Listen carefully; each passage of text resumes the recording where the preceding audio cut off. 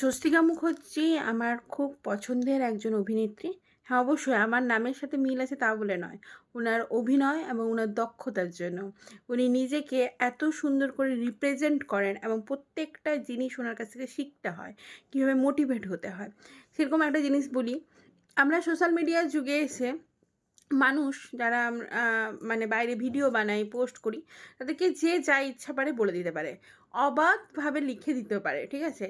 অপর ব্যক্তি খারাপ লাগছে বা ভালো লাগছে সেটাকে গুরুত্ব কেউ কখনো দেয় না।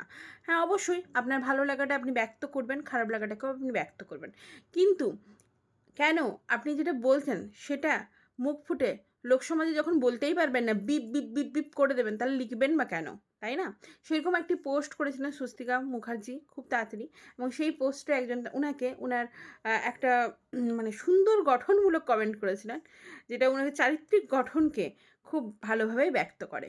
তার পরিপ্রেক্ষিতে যে কথাটি বা যে কমেন্টটি স্বস্তিকা মুখার্জি বলেছিলেন তা নিচেই দেওয়া আছে, দেখো। তো সবাইকে বলব যে তোমরা পোস্ট হচ্ছে বলে যা ইচ্ছা আসে মুখে বলে দিচ্ছ, কারণ সোশ্যাল মিডিয়ার জন্যই কিন্তু অনেক মানুষ ডিপ্রেশনে যায়, ঠিক আছে? সবাই কিন্তু সহ্য করতে পারে না, আর যারা সহ্য করতে পারে তারাই হচ্ছে কিন্তু সেলিব্রিটি।